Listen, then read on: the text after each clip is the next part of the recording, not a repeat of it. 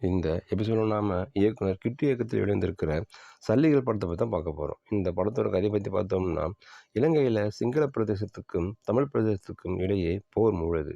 இதில் போராட்டக்காரர்கள் சார்பில் பதுங்கு குழிகளில் மருத்துவ உதவி மையங்கள் அமைக்கப்பட்டு காயமடையும் வீரர்களுக்கு சிகிச்சை அளிக்கப்படுது. டாக்டர்களாக சத்யா தேவியும் மகேந்திரனும் மருத்துவ தர்மத்தின்படி வேலை செய்கிறாங்க.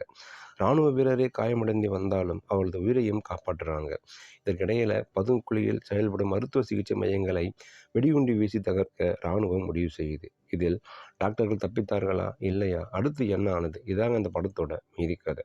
படத்தில் முதுகெலும்பாக வரும் சத்யா தேவி இப்படியும் நடிக்க முடியுமா என வியக்க வைக்கிறாங்க. கண்களிலேயே வசனம் பேசுகிறாங்க. வழி நிறைந்த அவரது பிளாஷ்பேக் காட்சிகள் உணர்ச்சி பலம்னு சொல்லலாம். மகேந்திரன் நடிப்பும் கவனிக்க வச்சிருக்கு. சில காட்சிகளே வந்தாலும் கருணாசின் நடிப்பு அழகான சொல்ல வைக்குது. தலைகுனிந்து சாகாதே என உயிர் போகும் தருணத்தில் தனது மகனிடம் அவர் சொல்லிவிடும் நெகிழ்ச்சி. கருணாஸ், திருமுருகன், சந்தோஷ் மோகன் உள்ளிட்டோர் நடிப்பு நிறைவுன்னு சொல்லலாம். நாகராஜ் பிரியாலய காதல் காட்சிகளும் ரசிக்க வச்சிருக்கு. சிபி சதாசிவத்தின் ஒளிப்பதிவும் கென் கருணாஸ் ஈஸ்வர் கூட்டணி இசையும் படத்தின் பரபரப்புக்கு துணை நிற்கும்னு சொல்லலாம். கவிஞர் வைரமுத்து வரிகளில் மலரே மலரே தாயே பாடல்கள் மீண்டும் கேட்கும் ரகமாக இருக்கு.